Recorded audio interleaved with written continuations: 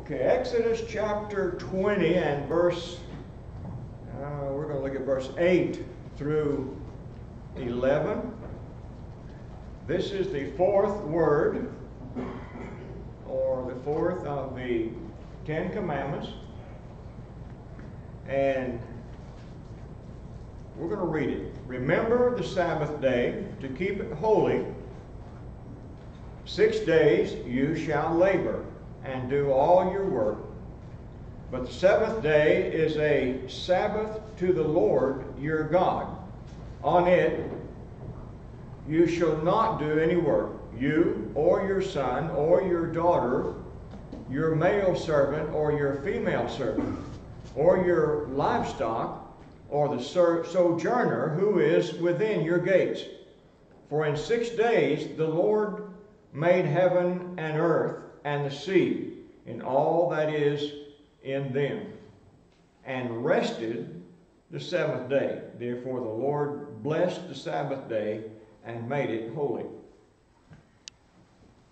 Now, this is one of the 10 words or commandments that were inscribed on the 2 tables of stone.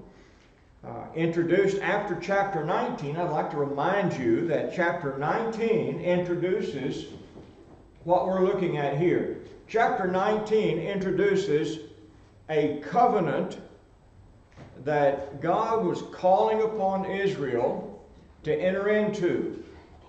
God was calling Israel to enter into a covenant with Him, with Jehovah God. He has presented Himself by the name Jehovah. He's presented Himself as the God of promises, the God of covenants. He had made a covenant with Abraham, their ancestor, 430 years earlier. And now, in fulfillment of that covenant, He has delivered them out of Egyptian bondage. He is now entering into another phase of relationship, establishing a covenant with them. And it was a peculiar covenant. He sets the scene in verse 16 in a very dramatic way with the way that they were invited to approach the mountain before God spoke these words. And the mountain is trembling. There is a trumpet blast. There is smoke rising from the top of the mountain. It's not a volcano, but there is smoke up there. And there is the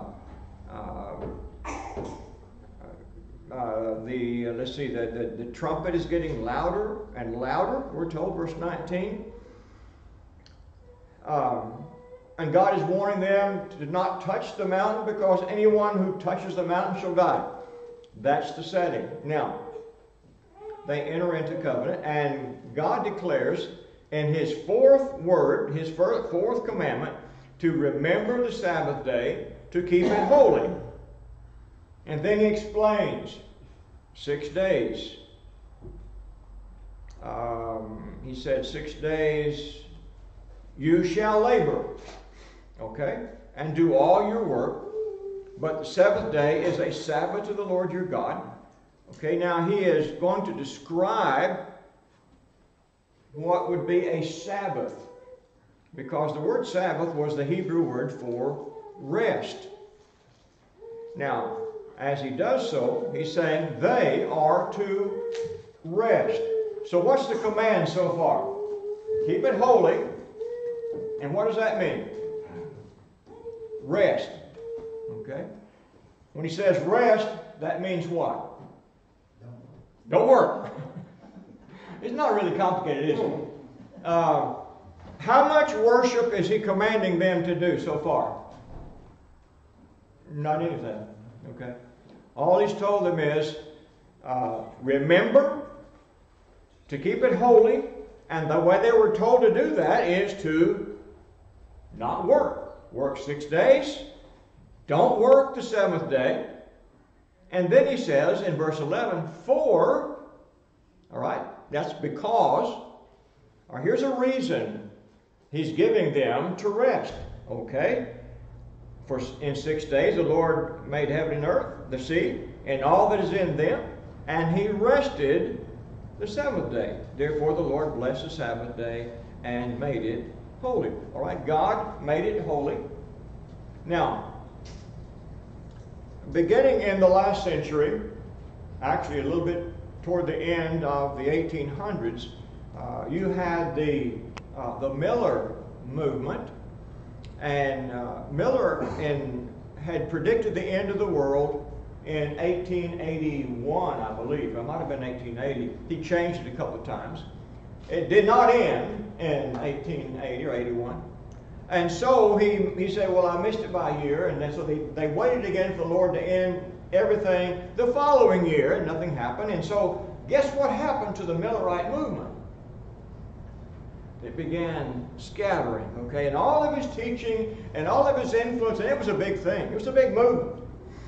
He had really stirred up a lot of enthusiasm because they were so sure the world was going to come to an end. But it didn't. Now, the remnants of that movement, after he was gone, became, with the leadership of Ellen White and her husband. What's his name? You know, a lot of men like that. Oh, we only know the name of his wife. No, we know his name too. I just can't remember it right now. But it's not Simon. We know that. I know the feeling. I tell you. Okay, so she declared God had given her a revelation, and that in this revelation, while she was in a trance, and it was kind of a Pentecostal type trance she was in, that God had shown her this commandment, and there was, the 10 Commandments, but this one had a big halo around it, and God was telling her that they needed to learn to obey this commandment. And that began the Seventh-day Adventist movement. Now, the Seventh-day Adventist denomination is a fairly large denomination. They kind of learned their lesson about predicting the end of the world. But it's not that they completely gave up on it, but the heirs of that movement became the Jehovah's Witness movement. Now, they didn't go with the seventh day, but they did go with the Adventist idea, and you had Charles Taze Russell, and then after him, what's his name, Rutherford? Russell and Rutherford, and later it was Knorr. There was like 3 different presidents of the Jehovah's Witness, the Watchtower Bible and Tract Society. They were door-to-door salesmen selling Bibles and tracts and booklets,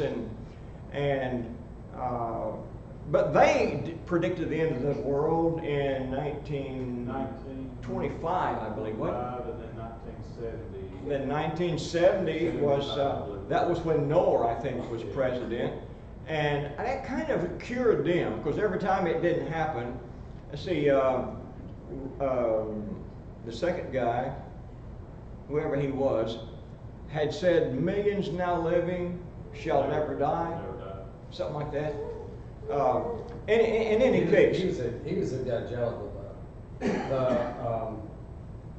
The late great planet Earth, Hal Lindsey. Oh yeah, Hal Lindsey. Wasn't he? Well, he kind of. I mean, he sort of did a lot of that. It's a little bit later. In 1970 is when I first was introduced to him, and he was saying that it would be within the generation that was born when they built, or whenever Israel became a nation, and that was 1948. That was my year. And so, within that generation, he said Jesus would come, and he said that would be 40 years, and 40 years have passed, and 60 years, and I don't know, he's still waiting, He's not real sure. I guess you can live to be 100, and they could call that a generation. But in any case, it was that movement that gave us this hysteria over the seventh day and resurrecting this practice, because it was not a widespread practice.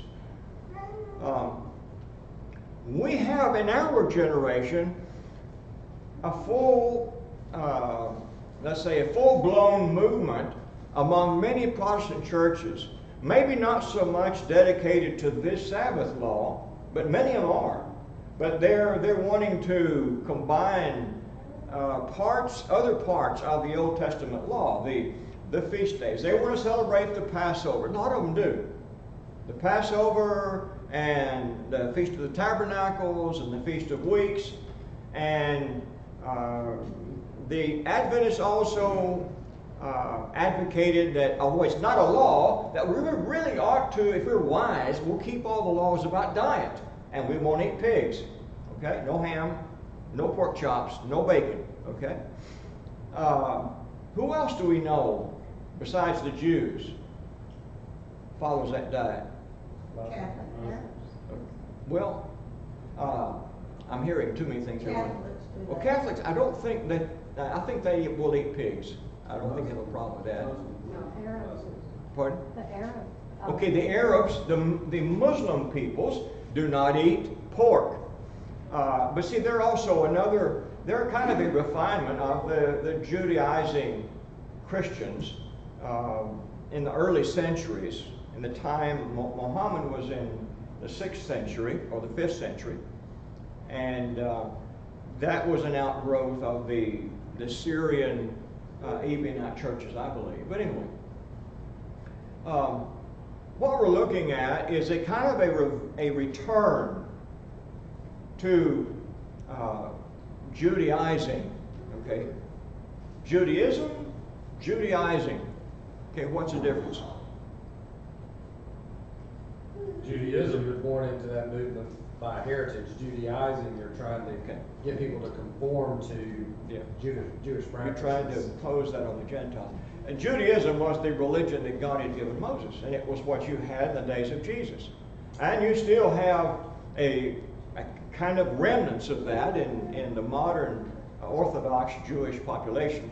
They've tacked on an awful lot of traditions, of course, over the centuries.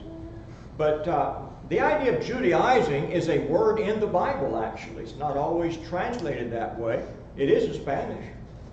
But in Galatians chapter 2, whenever the Apostle Paul rebuked Peter, you remember what that, in Galatians 2, you remember what that rebuke was?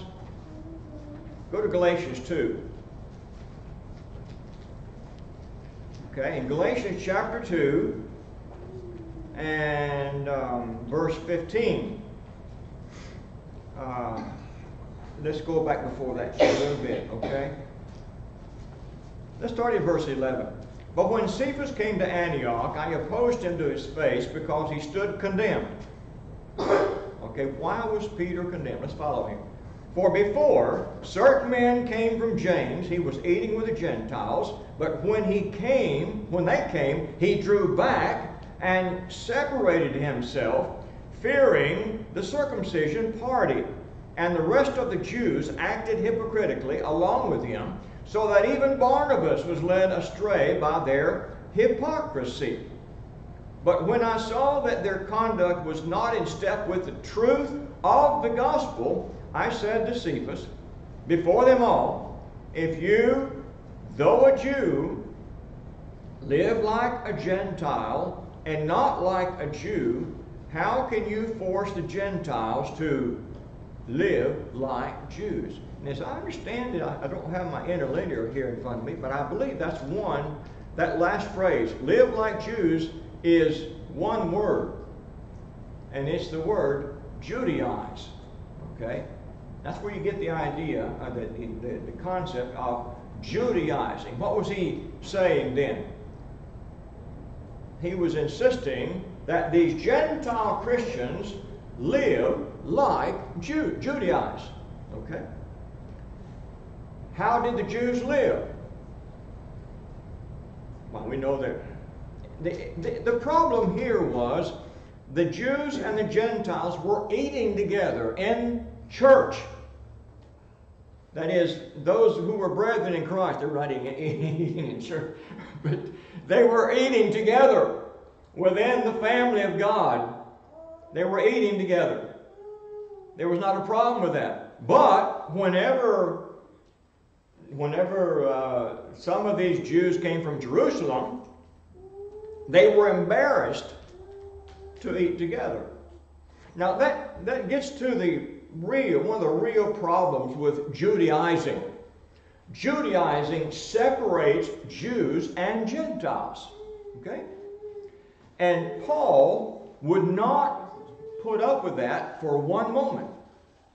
We ourselves are Jews by birth and not Gentile sinners, yet we know that a person is not justified by works of the law, but through faith in Jesus Christ. So we also have believed in Christ Jesus, and in order to be justified by faith in Christ, and not by works of the law, because by works of the law, no one will be justified. If you remember, let's see. Go back to verse 11. When Cephas came to Antioch, I opposed him to his face because he stood condemned. How serious was this? Was this just a kind of a different opinion? Was this just a kind of a matter of personal preference? We spent our whole lives and we couldn't eat together with the Gentiles, and so they've got that little bit of a hang-up. Just be patient with them. Paul would not be patient with them. Why would he not be patient with these Jewish brethren? They were saying one thing and doing something different. They were saying one thing and doing another. What were they saying? The gospel's for everyone. But what were they doing? Okay, they were living like Jews who would not approach Gentiles. So that was destroying evangelism. Yes. If you go back to verse 5 there in chapter 2, you can see how seriously he takes it. We did not yield in submission even for a moment, so the truth of the gospel might be preserved for you. So he saw it as an issue worth. I was looking, what verse is that? That's verse 5. That was the one I wanted to read. Yes, that's it. Because he saw it as a matter of truth. If we're either preaching the gospel or we're not, because you go back to chapter 1, where he says, you're listening to a different gospel, and that's really all the same topic. Exactly. And the big issue again here, remember, the big issue here was racism. Yeah. Okay?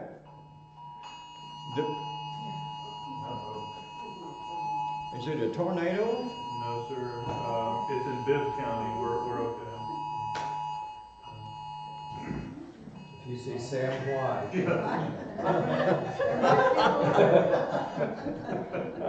Okay. All right, now, what about the diet? What about, can we impose or can we suggest maybe that we should not eat, pork? That's an Alabama hang-up, pork barbecue. That's pure Alabama. Can Alabama people and Jewish Christians, can they eat together? What if you go to an Alabama house and they're serving pork barbecue, pulled pork? Can you eat together? You're Jew. Are you Christian or you Jew? Yeah, you're Christian. You're a Christian. Okay. Can you eat together? Yes, you can. It's one thing to say, like if you walked in there and you didn't eat pork and they were eating pork, it'd be one thing to say, I'm going to abstain. Mm-hmm. It would be another thing to walk into their house and say, you can't eat that. Right. And that's right. Really the issue. Right. There's a different, if I want to esteem one meat better than another or one day better than another, Yeah. I can do that Right. individually. But what I can't do is say that's part of the gospel. You have to do Yeah. this with me. That's right. Well, the Lord had made it pretty clear in the case of Peter, did he not? Yes. Rise, Peter, kill and eat. And then Peter said, No, Lord. I have never eaten anything common or unclean. What did God say to him? Don't call anything that I've cleaned. Don't call it common or unclean. I've cleaned it. So the Lord was instructing Peter, and see, that's the irony of this. That's back in chapter 10 of Acts. And then here we find that he's reversed his course. Now, what about animal sacrifices? We do that. The Jews were doing that. Can we do that? Why not? The Jews could do it. It's in the Old Testament. That's the reason. You said Well, the reason. It's an I mean, law. they did a lot of things in the Old Testament that we can still do today. But why can't we do the sacrifices? Because there's one sacrifice that ended all, according to Hebrews. Jesus Christ has died on the cross for us, fulfilling Nailed all it of to the that. cross. Yeah. And all of those sacrifices they were shadow. They were part of that covenant, but the whole covenant was a shadow of that which was to come. How about the tithe? That's a part of the Old Testament. Can we go to the Old Testament and bind the tithe? Most of your Protestant churches do today. Most of your Protestant churches, who was it? Oh, I won't say who I heard this from, but somebody that we know had a real problem because somebody in their family that didn't really know better. The pastor had come, and this family member did not have much money, couldn't even pay her bills, had to have help to pay her bills. But the pastor came and said that she owed her tithes to the church. And he, said, if you put that together, it's like $300 like that she owed it. And she was digging through all of her nickels and dimes and everything and going to the bank and was emptying it out and to pay her tithe. Okay? Can you do that? That witness might have been in trouble, wouldn't she? What does the new covenant of Christ say about giving? Give as you prosper. Okay? Let each one determine in his heart. Willingly, 2 Corinthians chapter 8. Okay. According to how you've been 1 blessed. Corinthians 16, verse 1 and 2. According to your prosperity, according as you can. Of course, the tithe is as you may prosper, is it not? It would be. But the gospel does not impose the Old Testament covenant tithe. Although we could say the same thing about the mechanical instruments of music. That was also part of the Old Covenant. Not in the beginning, but at least in the beginning you had only the Levites who would sing. And then when you come down to the days of David, David organized the tribe of Levi and the singers, the Levitical singers, and he also initiated the use of instruments of music, and God approved of it at that time. But that's the base upon which a lot of people today would justify having rock and roll in church. And they have it. And they have drums, and they have guitars, and they have pianos and organs and kazoos and whatever else they want that would be entertaining to the congregation. Now, what we want to do is to try to zero in on some of the arguments that are made to justify. I think you can see why they might find justification here. It says, for in 6 days the Lord made heaven and earth and sea and all that is in them, and rested the seventh day. Therefore the Lord blessed the Sabbath day and made it holy. They read this first. Okay? So God made it holy. So we should keep the Sabbath. Right? God created the heavens and the earth in 6 days. He rested the seventh day. He rested, we should.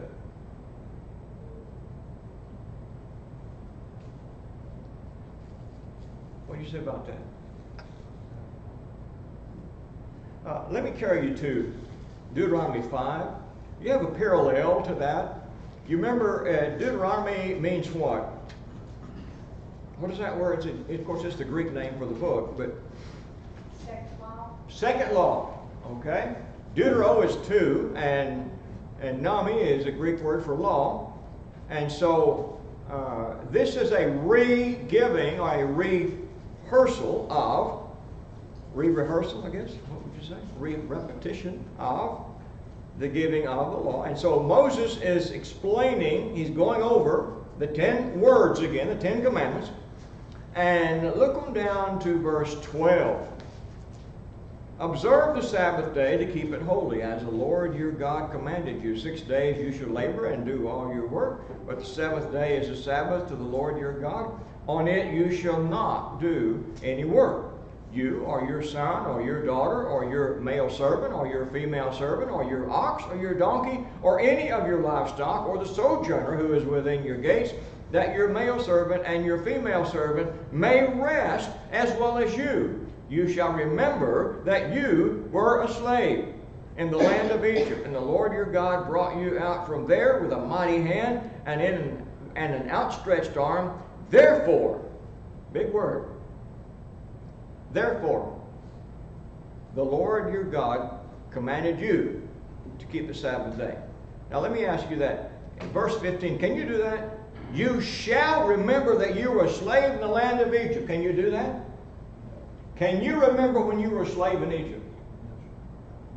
I don't remember that myself. I can't remember that. How would I obey that? I can't do that, can I? What he is explaining here, you shall remember that you were a slave in the land of Egypt. Therefore, the Lord your God commanded you to keep the Sabbath day. This shows the distinct personal nature of the covenant. The 10 Commandments were given as a part of a covenant between Jehovah God and one people who had a very special history. Yes? Another really good verse to put beside that is Exodus 31:13. Yes. It uses the language there. He says, "You shall keep my Sabbath, for this is a sign between me and you throughout your generations, that you may know that I, the Lord, sanctified you." So that's speaking exactly to what you're Very talking clear. about, that personal relationship he had with this nation. Very good. Yeah, this is a sign, okay? This is a sign between me and you for how long? Throughout your generations, okay? Whose generations? Their generations, okay? You see, that was my next one. I had it right here. Okay. I've always heard 16 quoted, but it's always quoted out of context because it's throughout their generations as a covenant forever. Okay. Verse 17, it's a sign forever between me and the people of Israel. Right. And I've never heard of them killing anybody who violated the Sabbath. Yeah, And I've got that that's here too. through all that. That's good. Very good point. Okay. That's a very good point. Does anybody really practice this law today? No. Because the penalty for disobeying the law was death. So we don't practice it. Nobody practices it today. In Exodus 30, using the idea of the perpetual forever, that's also an argument that's made by the Adventists today, is that this was specially given as a perpetual law. Forever, he says, they are to keep this. That's in chapter 30 and verse 6. Verse 8 talks about the incense forever. Okay, there you go. Here you have the same word applying to incense. It was to be used perpetually. Do we use incense today? Also in chapter 12 and verse 14. This day shall be for you a memorial day, and you shall keep it as a feast to the Lord throughout your generations, as a statute forever. You shall keep it as a feast. There's that word again. Forever, the Passover. And in the ISBE, which is a neat acronym, and I know International Standard Bible Encyclopedia. Bible Encyclopedia. Great, thank you. The Hebrew word olam, means sometimes a cycle or an age. But I think one of the clearest examples of this is in Numbers 25 and 13. Numbers 25 and verse 13. Okay?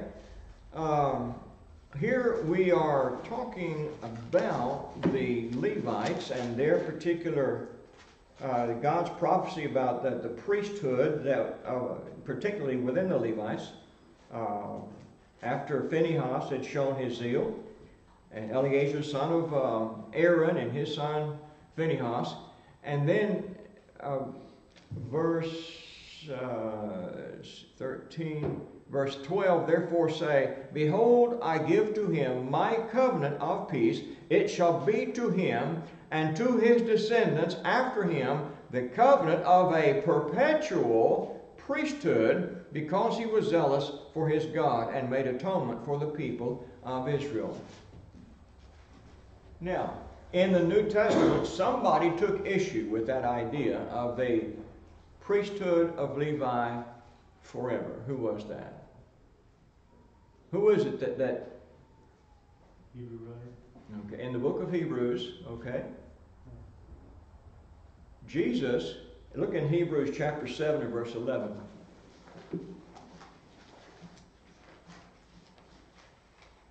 Jesus took issue with that idea because Jesus replaced the Levitical priesthood. Verse 11.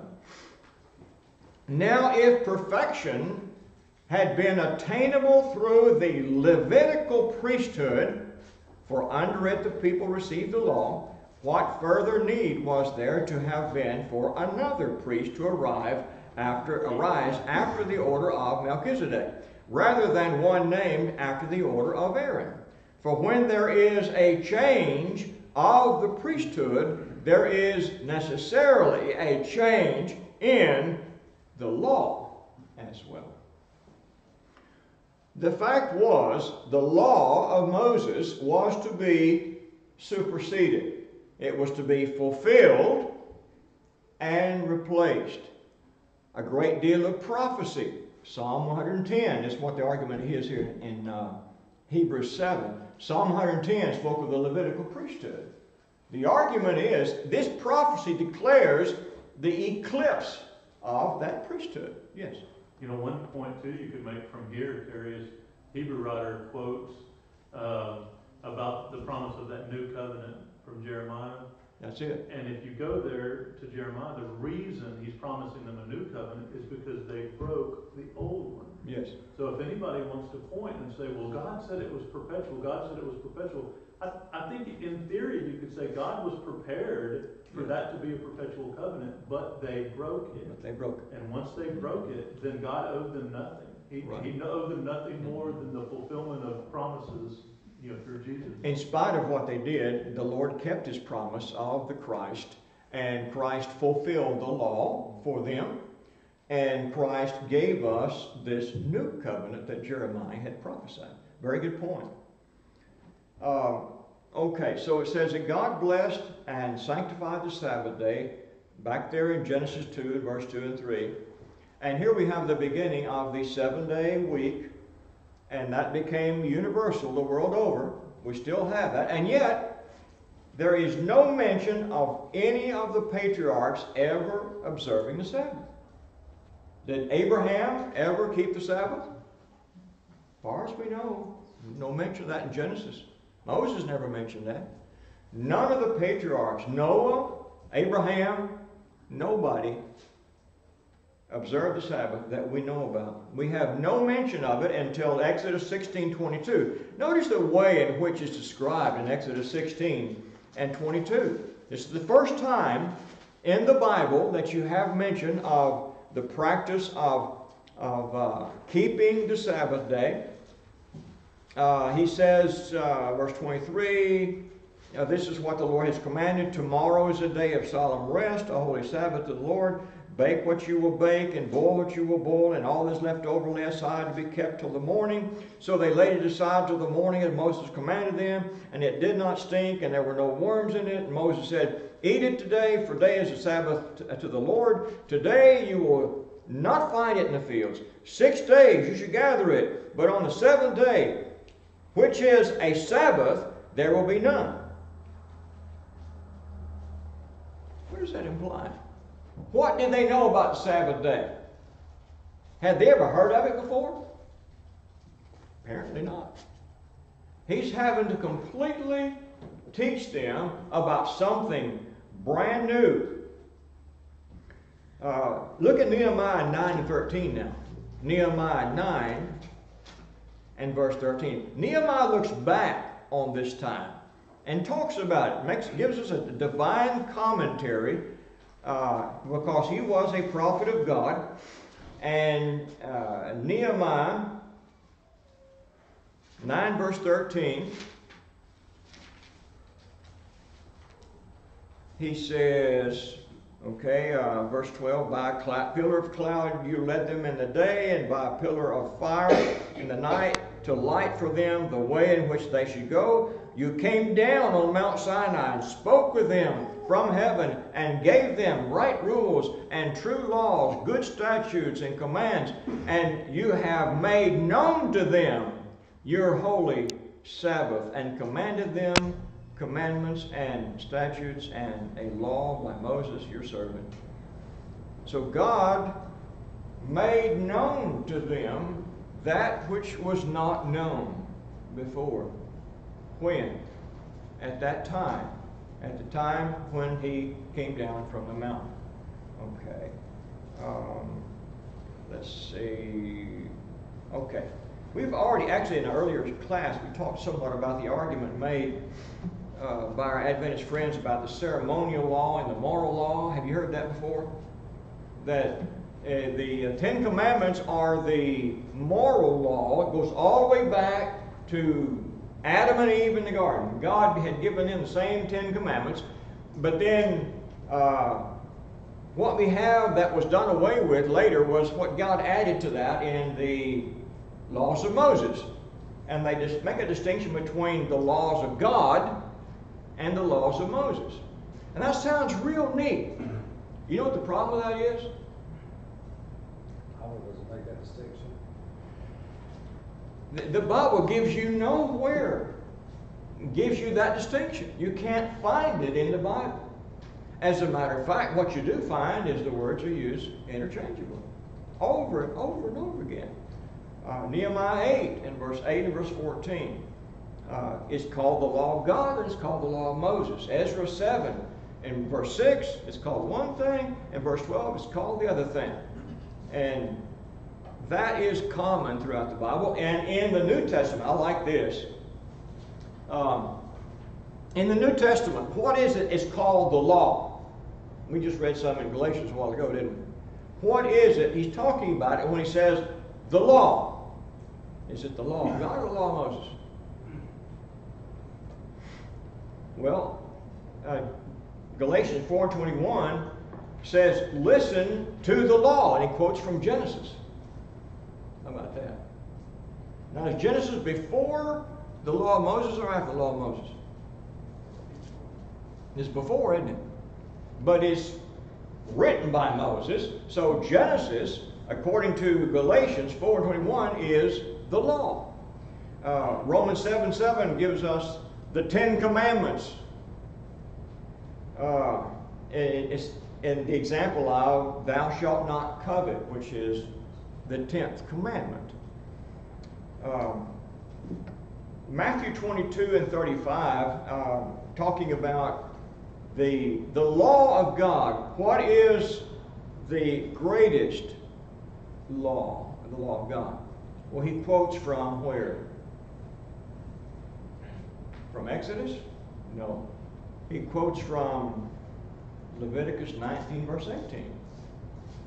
Thou shalt love thy neighbor as thyself. Before that is, thou shalt love the Lord thy God with all thy heart, with all thy... Where is that found? What book is that found in? Deuteronomy. Okay, it's not found in Exodus at all. Let's see, John 10:34.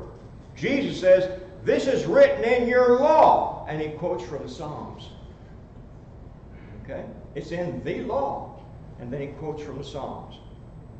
And then the Apostle Paul, in 1 Corinthians 14, verse 21, in the law it is written. And then he cites Isaiah. So, when he says the law, It could be anywhere in the Old Testament, because all of it was the law of God. Okay.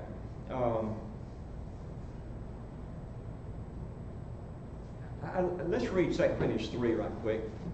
2 Corinthians 3 and verse 7. This is a fantastic example of how the Apostle Paul wrote about the law of God and that which was to be abolished. You see, the whole idea of the Protestants today, and nearly all of them say you got to keep the Ten Commandments today because they're universal. And they just kind of, they change this one Saturday to Sunday, you know. But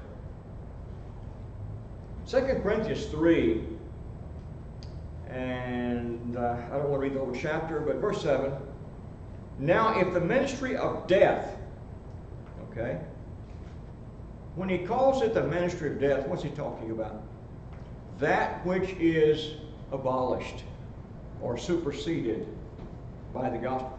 Now, if the ministry of death, carved in letters on stone, came with such glory that the Israelites could not gaze at Moses' face because of its glory, which was being brought to an end, will not the ministry of the Spirit have even more glory? For if there was glory in the ministry of condemnation, the ministry of righteousness must far exceed it in glory. Okay? What is, he says, is being brought to an end? The ministry of death carved in letters on stone. Okay? What was the ministry that was carved in letters on stone? It's the same Ten Commandments.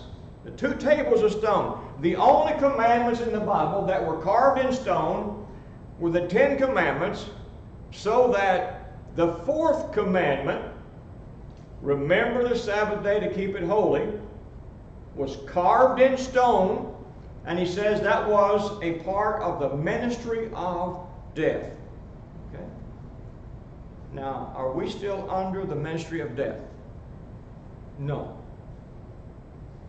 Okay. We've already, Jesus brought his own covenant, is the point. We've already looked at Hebrews 7 and 12. And Hebrews 8, Sam was talking about a moment ago, Jeremiah's prophecy, Jeremiah 31 through 34. Jeremiah foresaw the new covenant, making the first covenant, verse 13, what does it say? Obsolete. And because it's obsolete, he says, it is about to disappear. Speaking of a new covenant, he makes the first one obsolete. And what is becoming obsolete is growing old, is ready to vanish away. So therefore, today we call it the Old Testament, the Old Covenant, that which is ready to vanish away. Okay. I guess the biggest issue I want to be sure that we not miss. The problem with Judaizing today is you cannot have Judaizing without erecting barriers between Jews and Gentiles. And that was the one thing that the Apostle Paul would not tolerate. Ephesians 2 and 13. There's three places he makes this point. Ephesians 2 and 13.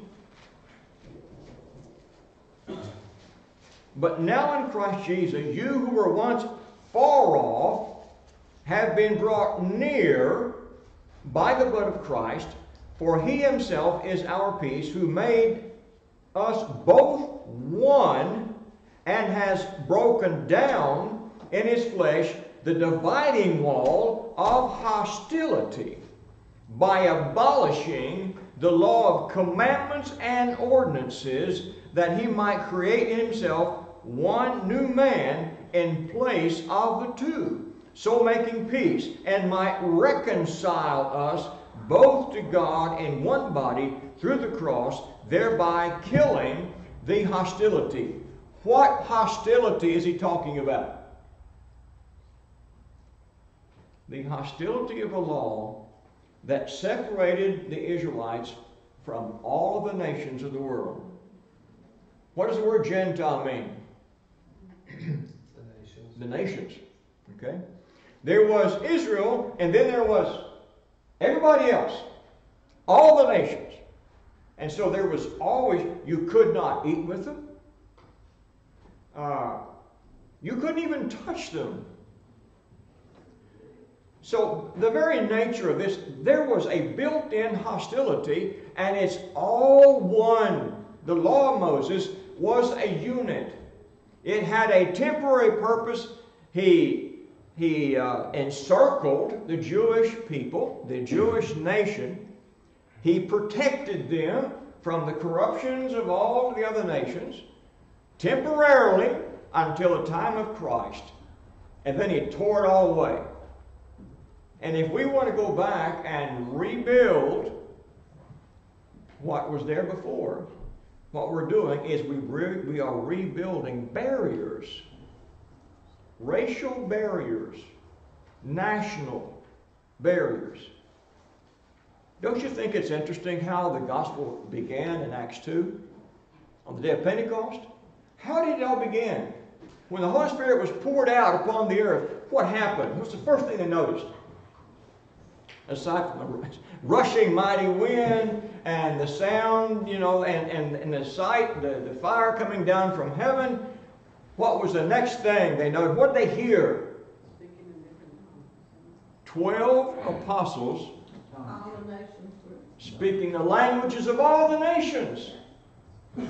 They were speaking all the languages of the nations. What was the point? They didn't even know at that time, did they? Did they understand that? I don't think so. But God was making a point. The gospel is for all. There are no nations so far as God is concerned.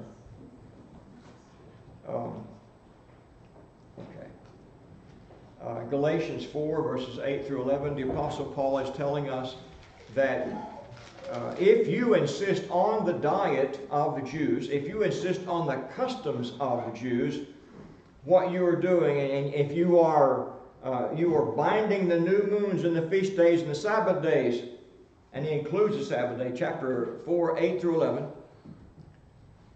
You were formerly enslaved, he says.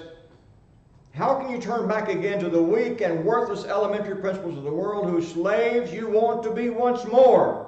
And you observe days and months and seasons and years. The days are the Sabbath days. Okay? That was the only day that they observed before. He said, you observe months. That was the new moon. They had a special sacrifice of the new moon. Seasons. Every year they had the 3 seasons, the 3 feast days. He says, I'm afraid I may have labored over you in vain. Now, why would he say that? I'm afraid I may have labored over you in vain. In vain.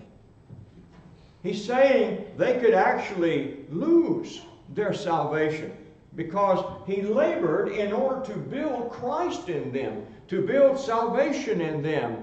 And it would be all for nothing because they would not be behaving as Christians, but as Jews. That's his argument. He does not want us to think in terms of our people and everybody else. He wants us to love everyone and to save everyone. And then Colossians 2 and 16, he says, don't let anyone judge you if you do not keep these laws. That's pretty strong. God does not judge you, and you should not allow anyone to judge you if you don't keep the Sabbath day, if you don't keep the feast days, if you don't keep the new moons, if you don't keep the dietary laws, if you don't keep all the other customs of the Jews. God does not intend for you to be bound by those. I'm grateful for your attention tonight. We've had a good class.